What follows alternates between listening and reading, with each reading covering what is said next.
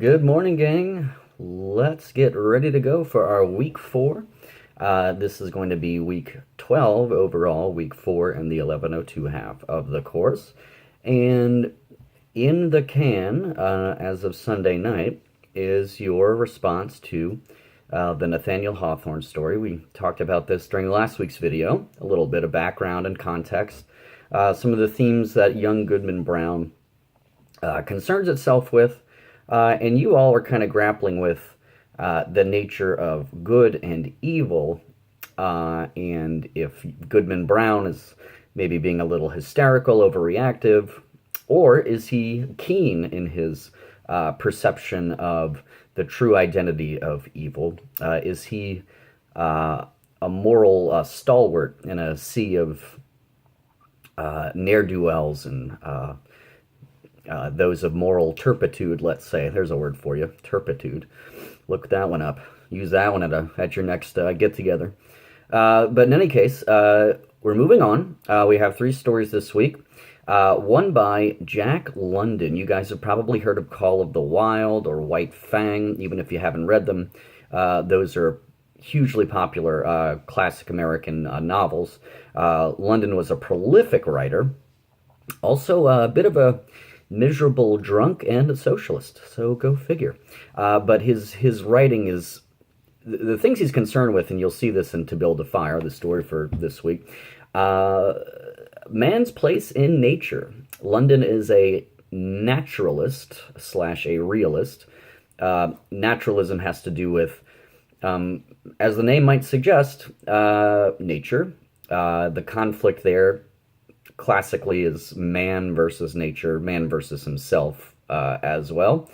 And you'll see how our character, the story that the narrative focuses on, or the character that the story focuses on, how he and his dog are able to brave the elements of the bitter cold, and what happens? Who is able to adapt? What is London saying? Does nature care about you, ultimately? That, and then we have some favorites, Kate Chopin's Story of an Hour and Sandra Cisneros' The House on Mango Street. After the completion of this week, we'll have read stories by three different women. So it'd be interesting to see if the blog for this week, and the blog, as far as I'm concerned, for the rest of the term is going to be just you giving your reactions to the stories. I'm not going to constrain the blogs to any particular set of instructions or parameters. I'm just leaving it on to you all to be able to give me your honest reactions, criticisms, praises, detractions, whatever have you, for the week's stories. So, but keep in mind that the three, and correct me if I'm wrong with the number, but Alice Walker, Sandra Cisneros, and Kate Chopin at the end of this week. I wonder in the blog if you guys want to discuss, do you notice that maybe just in terms of the writers we're concerned with, or maybe writers in general, artists in general, people in general, do men and women have different concerns, different things that they're preoccupied with, mentally, psychically? Do they have different concerns about the world, about their place in the world? How do the different characters sort of interact with others and act out in their world? I'm not asking you to hunt for phantoms that aren't there, but if you notice that you are sort of noticing essential differences, things that women might be concerned with that men might not be concerned with, I'd be interested to hear your reactions in the blog. The Chopin and Cisneros stories are very much concerned with female identity, racial identity, social class identity, you might say, in other strokes as well. So maybe contribute something along those lines to the blog. Of course, you don't have to. It's free reign, but just a little, my 2 cents there. So I'm back from New Orleans. I'm back. I understand you all have spring break, not this coming week, but the following week. the day after Easter, the 2nd through the 6th or 7th, I guess it would be. I'm going to post an assignment then. I don't want to get ahead of myself. I'll be in contact with Miss Evans about how to keep you all abreast of what's coming up. We have one more brief literary analysis essay left in this class. It is on John Keats' Ode on a Grecian Ode 2, Ode on a Grecian Urn. A challenging poem, deep philosophical poem, asking you to kind of grapple with the nature of art, art's purpose, beauty's purpose, art and beauty, sort of a spiritual union between those two things, art and beauty. Go ahead and you could read Ode on a Grecian Urn just to kind of get your feet wet. It's not on the table for this week, but it is our next essay. And then finally, the final essay in 1102 is, of course, going to be on Othello, Shakespeare's Othello, the Moor of Venice. So Shakespeare, not light reading per se.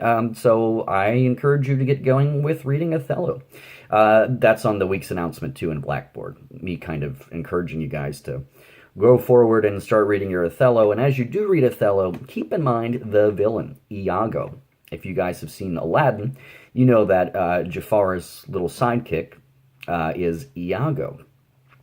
Iago is the principal antagonist to Othello's protagonist in the play. Iago's kind of the Jafar figure, if you will, kind of sowing the seeds of discontent and duplicitousness, lies. So see how Iago is able to spin his yarn of evil. It's kind of an insidious evil. So that's going to be the topic of your final essay. How is Iago? What is his brand of evil? And how does that how does he portray that in the play? So it's another kind of, the Young Goodman Brown essay, in a sense, is kind of a good warm-up for it. And there's moral implications of morality and goodness, you might say, in Keats' Ode on a Grecian Urn as well. But definitely you guys are going to be asked to come face to face with the true nature of evil yet again. It's what writers and artists, there's some who say that all poets write about two things, love and death. Okay, maybe that's an over-exaggeration.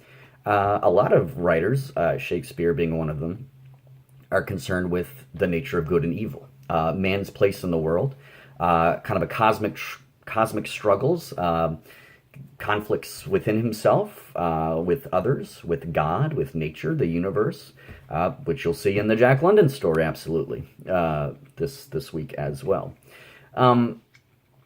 So keep all this in mind, because all the pieces kind of fit together in 1102. You'll find that writers are kind of concerned with the same things. Artists are kind of plugged into that mainframe, social cohesion, the individual, good, evil. How do we get by day to day in life? How do we continue to generate meaning in life? Okay, how do we not fall prey to our baser instincts? All that stuff. So just kind of giving you a little heads up there. So give that a look. 3 stories this week, and the assignment is a discussion board. And the discussion board is based on 3 study questions at the end of each story. So you guys will answer each, one at the end of the London piece, one at the end of the Chopin piece, one at the end of the Cisneros piece. And then you guys are going to collaborate as you do in a discussion board, talk to each other, offer your 2 cents to receive 100% for this week. And then the blog this week, again, asking you to give your opinion on the 3 stories, kind of free reign there. And what else? I'm looking forward to reading those Hawthorne essays. They'll be back as essays are within 2 weeks' time. This week, I'm going to focus on getting back to you your responses on the Alice Walker and William Faulkner stories from a couple weeks ago. and we should be all caught up at the end of the week. I'll have that paper to grade next week, and we will soldier forward. So, with that, I think I'm going to give an over and out at 10-4 to you all, and wish you all a wonderful pre-spring break week here at good old Sonoraville, and then we'll collaborate again next week. Miss Evans and I will put our heads together how best to steward you all forward during spring break.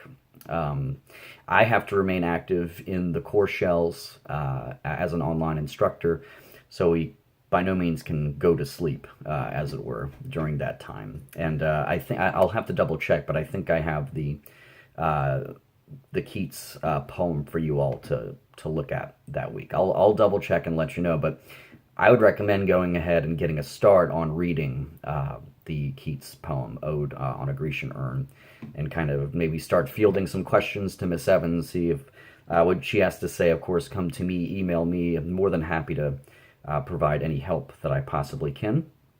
And let's get going, folks. Here is to a great week 4. Have a great week, guys.